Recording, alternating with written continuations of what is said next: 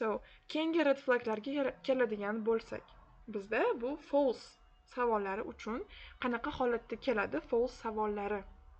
Birinchisi bu direct negation words, ya'ni to'g'ridan to'g'ri negativ so'zlar beradi. Cannot yoki is not, unlike, whereas, in contrast kabi contradiction language beriladi. Va shunaqa holatda ham siz keywordlarga chizayotgan vaqtingizda asosiysi shunga ahamiyat qaratishingiz kerak. Demak, qarashingiz kerak. Tak, bu yerda menda negation language berilyapti. Katta ehtimol bilan to'g'ri false bo'lishi mumkin degan narsaga qarab turib aware bo'lishingiz kerak bo'ladi. Keyingisi bu bizda numeric contradiction. Ya'ni bizda bu kamdan kam keladi, lekin unaqa ham common emas. Ya'ni qanaqa bo'ladi? Misol uchun statementda, ya'ni savolimizda boshqa number berilgan bo'ladi, passage'dagi number umuman boshqa narsa berilgan bo'ladi. Va shu sababdan javobimiz katta ehtimol bilan false bo'ladi. Chunki bizda shu joyda ko'pchilik not given bilan chalg'itib olib qo'yadi not givenni. Bundoq qaraydi-da, voy, mana bu nomer boshqa narsa ekan-ku, bu narsa haqida ma'lumot berilmagan ekan-u, bu nomer bo'yicha. Misol uchun deylik, olaylik, Amerika adashmasam 1892-yilda kashf qilingan degan narsa savolda berilyapti va passage'da aytilyaptiki, deylik, Kolumbiya 1892-yilda qilingan deyapti. Ya'ni bu narsa Amerika emas, bu narsa Kolumbiya bo'ladi. Ya'ni javobimiz bizda not given emas, false bo'ladi. To'g'ri, Amerika haqida ma'lumot berilmagan, lekin raqam haqida ma'lumot berilgan-ku bizga. That's why the answer will be false. Yoki shunga o'xshagan narsalar. Bu endi hozir numeric contradiction bo'lyapti, lekin tekstlarni hali to'liqroq qilib, ko'proq ko'rib chiqqanimizda bunaqa narsa juda ko'p berilgan bo'ladi. Ya'ni biror bir narsa haqida exactly ma'lumot berilgan, lekin u narsani aynan savoldagi narsa emas, balki boshqacha narsa aytilgan. Misol uchun, olmani rangi qizil emas, olmani rangi deylik yashil degan narsa berilgan. Olma haqida gap bor, uni rangi haqida gap bor, faqat ma'lumot xato. That's why the answer will be false. Keyingi red flagimiz bu bizda false uchun reversed relationship, ya'ni teskari narsalar aytiladi. Cause and effectni o'zgartirishi mumkin yoki propertyni, biror bir narsaga tegishli bo'lgan propertylarni o'zgartirib yuborishi mumkin, mulklarni. Misol uchun, hop, the dugong's tail is rounded degan narsa bizda passage'da berilgan. To'g'ri savolda va bu narsa passage'da dugonglarni emas, balki manatislarni dumi uzun yoki rounded degan narsa berilgan bo'lishi mumkin. Va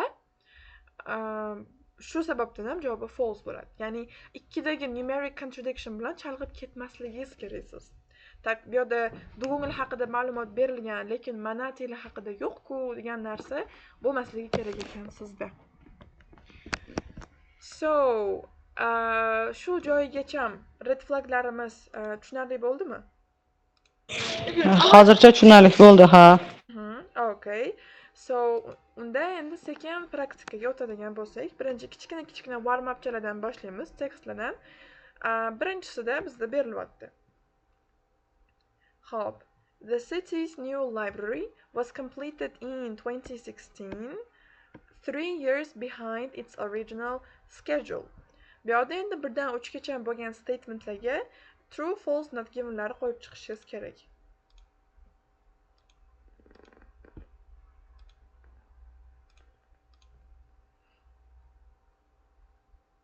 Hozir o'qiyman, ovozim chiqazib, ichimda o'qiyapman hozir.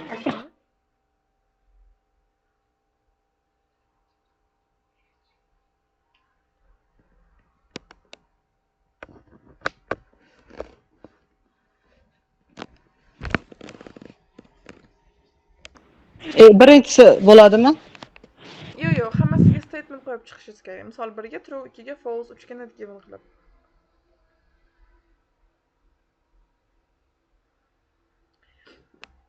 Birinchisiga qaysi variantni qo'yasiz?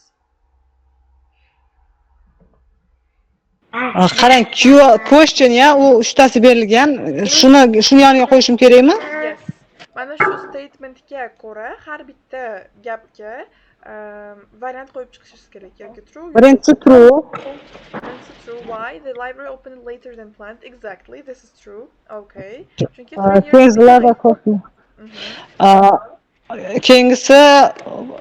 Keyingisi not given. Cost, yes, exactly. This is not given because nothing has mentioned about the cost.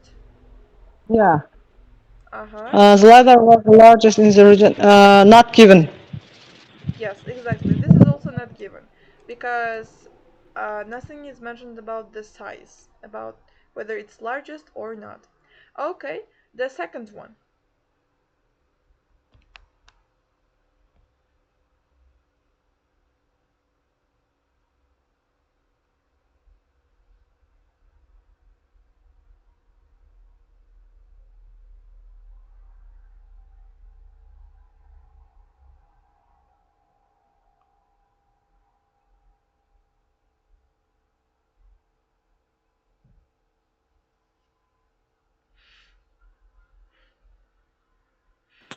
Birinchisida qarang. Resource found in the morning.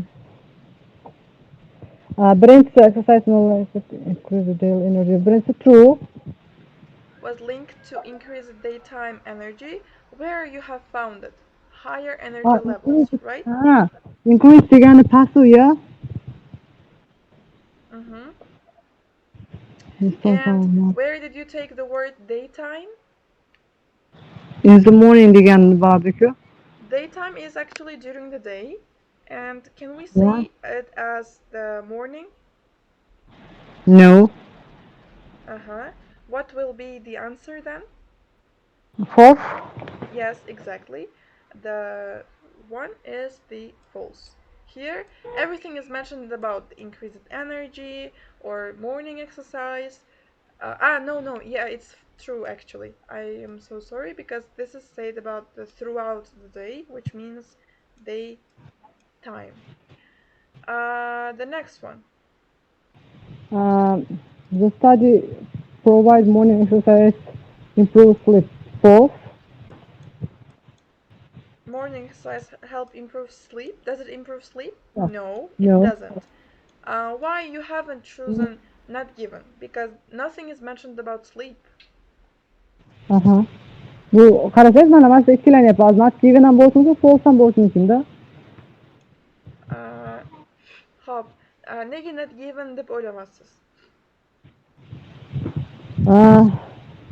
Chunki bu haqida aytilmagan-ku. Improvise deganni o'zi nimadir, shu so'zni bilmadim. Hop, ikkinchi javobi bizda false bo'ladi, chunki to'g'ridan to'g'ri отказ qilyapti bu yerda. Ya'ni did not measure whether it is affected sleep. Ya'ni sleepga yomon ta'sir qilganmi yoki yo'qmi? Bu narsa aytilmagan degan narsani aytyapti. Ya'ni bu to'g'ridan to'g'ri falseligi bor. Va uchinchisiga qaysi variantni tanladingiz? Evening exercise is false. Bitta berilmagan-ku. Is that false? Is something said about the evening exercise? No, not given. Yeah, exactly. This is not given because here in the green red flags we can see the comparison, right? So that's why the answer for 3 will be like no, there is no comparison, so that's why answer will be not given. Okay, the next one. Let's practice it again. The third option.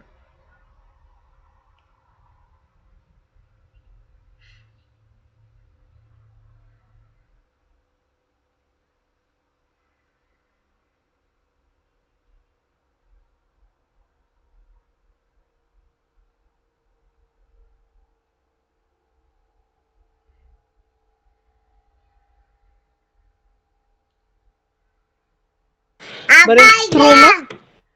Birinchisi true. Okay, so is it true? Increased more than? Is there any? Let's look at the false and not given red flags. Again, no comparison. We don't have any comparison, right? In the third one, like coffee consumption increased more than tea consumption. For example, Here